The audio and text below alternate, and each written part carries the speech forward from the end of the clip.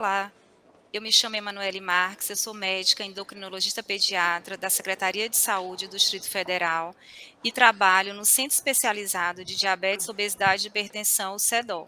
Trabalho com crianças e adolescentes portadores de diabetes mellitus tipo 1. Em continuidade ao nosso programa de diabetes na escola, hoje falaremos sobre o tratamento, do diabetes mellitus tipo 1, que é a insulinoterapia.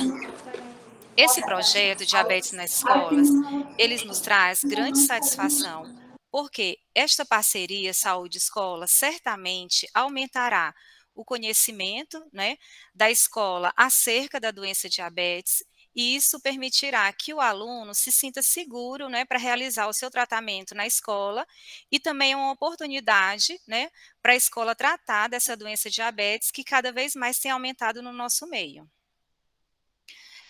O diabetes mellitus tipo 1, ele é uma doença autoimune, Então o sistema imunológico, ele leva a uma destruição das células do pâncreas, que são as células onde é produzida a insulina. Com isso, vai ocorrer uma deficiência na produção da insulina, então o paciente vai ter uma insulina muito baixa e, com isso, aumento da glicose, que é o açúcar do sangue, Então, no paciente com diabetes, eu tenho uma baixa produção da insulina com um aumento muito grande da glicose. Por que é importante a glicose no nosso corpo? Porque o corpo, ele precisa da glicose, a glicose é utilizada como energia, para várias atividades do nosso dia a dia, Então, o nosso organismo precisa de glicose para acordar, para brincar, para correr, para estudar, para pensar, para trabalhar. Então, todas as atividades do nosso corpo, a gente precisa de energia, e essa energia pode vir da glicose. De uma maneira mais prática, para a gente entender a ação da insulina, o que a gente tem? Numa alimentação onde eu tenho alimentos como o arroz, o feijão, que são carboidratos, esses alimentos, eles serão absorvidos no nosso organismo e eles vão ser degradados até a forma de glicose, que é o açúcar. Essa glicose, ela vai circular nos vasos sanguíneos até as células, que é para gerar energia. Só que, para que essa glicose consiga entrar na nossa célula, eu preciso abrir uma porta. Então, a insulina é como se fosse essa porta. Uma vez que eu não tenho funcionando bem o pâncreas por essa ação autoimune, eu não vou ter produção de insulina, com isso a glicose não consegue entrar na célula.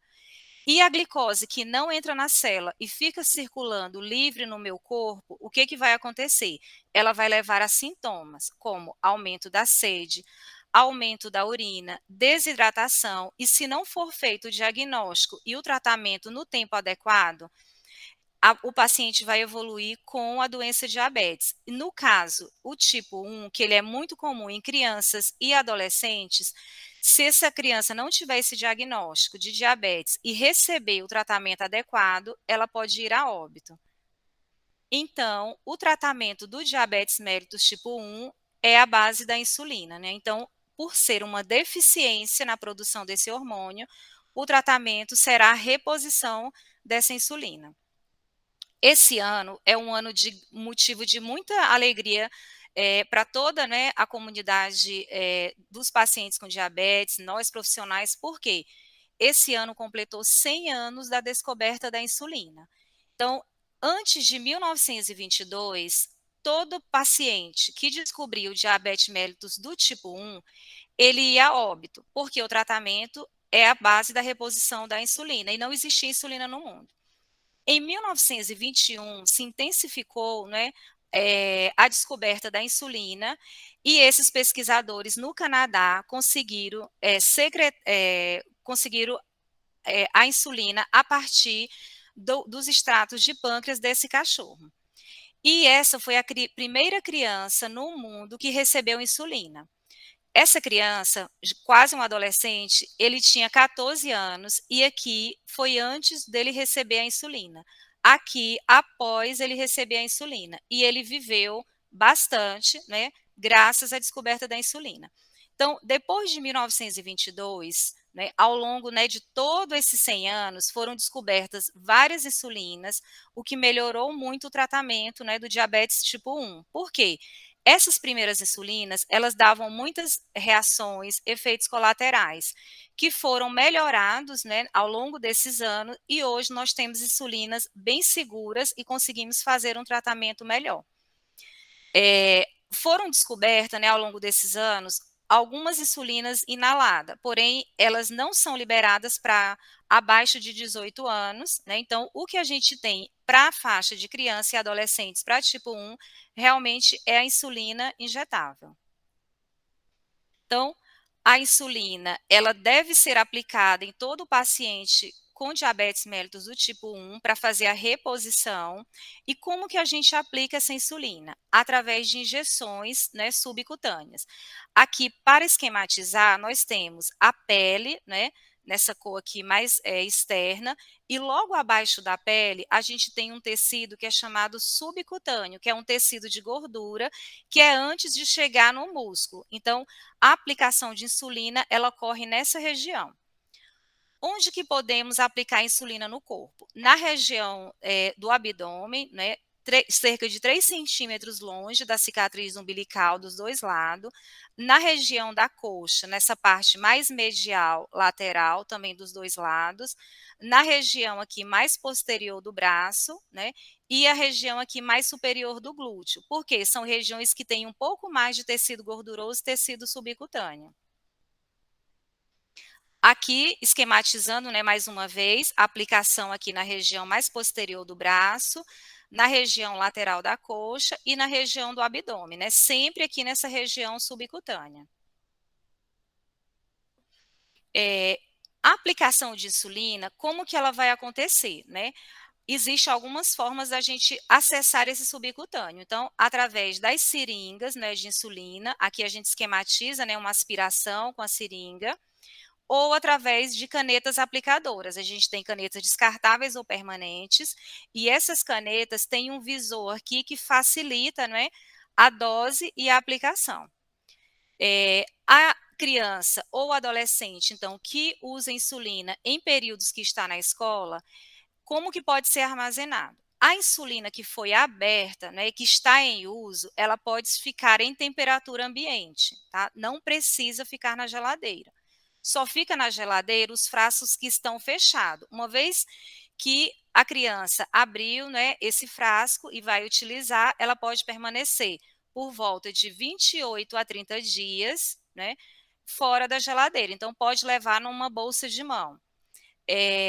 Essa criança ou adolescente que aplica insulina, ela deve levar consigo uma receita, né, de insulina, uma receita médica, e os pais devem autorizar que essa criança, né, faça, ou adolescente, a sua aplicação em horário escolar. E precisa ter, né, no ambiente escolar, um ambiente adequado para que essa criança faça a aplicação. Em relação aos tipos de insulina, nós temos 2 tipos de insulina, né, porque o nosso organismo, ele precisa de uma insulina lenta, né, existem vários tipos, onde eu posso precisar aplicar de 1 a 4 vezes ao dia, de acordo com o tipo de insulina.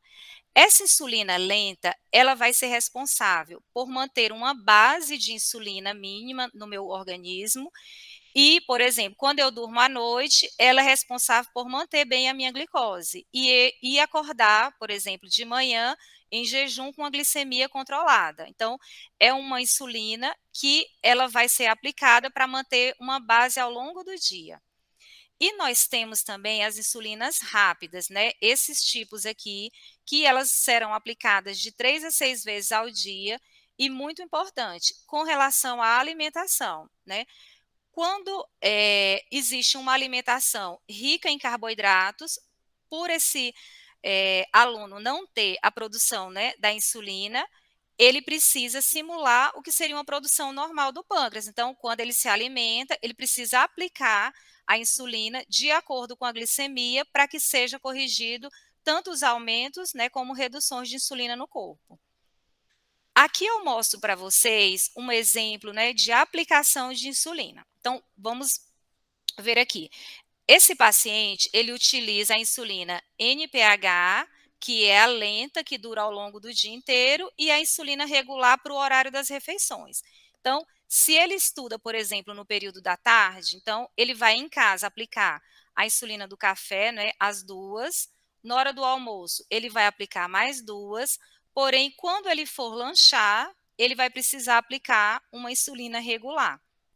Lembrando que essa insulina, ela precisa ser aplicada 30 minutos antes da refeição, por isso muitas vezes esse aluno vai precisar sair um pouquinho antes do intervalo, né, onde ele vai receber o lanche, para que ele aplique, porque ela demora 30 minutos, para começar a agir. E aí em casa ele volta a tomar a sua insulina do jantar e a sua insulina ao deitar. Porém, se ele usa esse outro tipo de insulina, não é, que é chamado insulina glargina, que ela tem uma duração maior do que a insulina NPH, e a insulina ultra rápida, que tem também uma ação um pouco mais rápida, ele vai, vamos supor, do mesmo jeito, né? Esse aluno estuda à tarde, de manhã ele vai receber em casa essas 2 insulinas no período do café, no período do almoço ele recebe a rápida, e no lanche da tarde ele precisará receber sua insulina ultra rápida. Lembrando que no caso dessa, 15 minutos antes dele iniciar esse lanche, ele precisa estar fazendo essa aplicação. E aí, no jantar em casa, ele aplica a outra. Nós temos algumas pacientes, né, que ficam na escola no período integral. Então, se ele aplicou essa aqui de manhã em casa, ele vai precisar aplicar na hora do almoço e na hora do lanche da tarde, né? Lembrando que ele vai levar também o aparelho glicosímetros para fazer a medida da ponta de dedo, para fazer o cálculo dessas doses. Sempre lembrando que ele tem que estar portando a sua receita médica, né, do uso da insulina.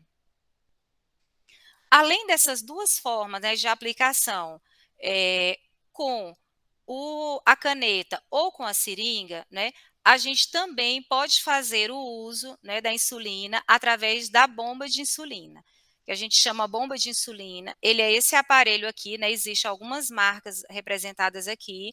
É um aparelho eletrônico, né, onde aqui a gente dá o comando da dose e aí a insulina segue por esse catéter que fica instalado no subcutâneo. Tem uma facilidade, né, porque a gente consegue programar aqui vários horários.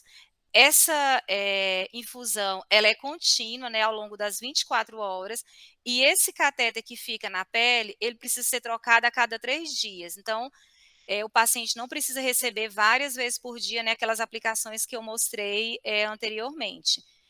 Ele é um tratamento de alto custo, mas o governo do Distrito Federal já fornece, né, esse tratamento, existe um programa, e aí, dependendo das indicações, o paciente pode ser incluído ou não nesse programa. Então, o controle, né, do diabetes tipo 1, tanto na criança como no adolescente, ele envolve um conjunto, né? Então, o uso das insulinas, que é para repor o que está faltando no seu corpo, né? Como que ele vai utilizar essa insulina? Então, a gente usa muito a medida da monitorização da glicemia para que ele faça o cálculo da dose que vai aplicar. Então, é importante, né, essa monitorização, aliado a uma alimentação saudável, né? E outro fator muito importante, que é a atividade física. Então, a criança ou adolescente com diabetes mellitus tipo 1, ele pode e deve, né, realizar atividade física, sempre tendo observação da sua monitorização, né, da sua alimentação e fazendo o controle adequado do uso das suas insulinas. Por que que o paciente tem que controlar bem, né, essa doença de diabetes? Porque a doença diabetes, ela pode levar a algumas complicações, né? Então, a falta de controle da glicemia a longo prazo pode trazer complicações. Que tipo, né, de complicações? Complicações nos olhos, por exemplo, risco de cegueira, complicação nos rins, né? Então, risco de falência renal e em vários outros órgãos do corpo. E o controle da glicemia, ele vai reduzir bastante as chances desses problemas aparecerem. Nós que cuidamos de crianças, né, e adolescentes, a gente sempre visa o máximo que a gente puder de controle, né, nessa idade, para que esse paciente ele chegue na idade adulta, né, com o menor risco das complicações. Então, a gente tem esse objetivo aqui, na pediatria, de cuidar bastante para que não exista um risco dessas complicações. E isso é possível com o controle, né, da glicemia. E o controle do diabetes tipo 1, né, uma coisa interessante, esse paciente nosso, né, essa criança, esse adolescente, ele passa uma boa parte do seu dia na escola, né. Então o ambiente escolar, ele deve ser um ambiente apropriado, né, para alunos com diabetes, tanto do ponto de vista da sua aplicação de insulina, da sua monitorização, né, alimentação saudável e atividade física, e a educação em diabetes, ela serve como ferramenta, né, de sensibilização e conhecimento para auxiliar a equipe da escola e os alunos sobre essa doença. E melhorar a vida do aluno com diabetes, aumentar a integração, né, desse aluno, aumentar a segurança. Então, ele precisa se sentir seguro na escola para realizar o seu tratamento, além de combater a discriminação por uma doença crônica, não é? Então, eu queria deixar aqui, algumas mensagens, né, que existe um aumento, né, isso realmente está sendo observado nesses últimos anos, do diabetes mellitus tipo 1 em crianças e adolescentes, né. Com isso, nós vamos ter cada vez mais contato, né, com esse estudante, né, no ambiente escolar, com essa doença, por ser uma doença crônica que não tem cura, mas tem tratamento, né, eu tenho que tratar o máximo que eu puder para que eu consiga evitar as complicações, tanto agudas como crônicas. Sabemos que é um desafio, né, tanto o controle da glicemia como o uso das insulinas, né, para a criança pequena, para o adolescente, né, então muitas vezes eles se recusam a fazer esse tratamento, mas temos que vencer esse desafio. Como que a gente vai vencer? A gente fica muito alegre, né, em estar participando, né, desse programa Diabetes na Escola, porque sabemos que uma parceria entre os pais e responsáveis por esse aluno, a escola e a rede de saúde, se essa parceria der certo, e vai dar certo, que eu tenho certeza, nós vamos conseguir tratar melhor o diabetes e não permitir que essa doença leve às complicações, tá?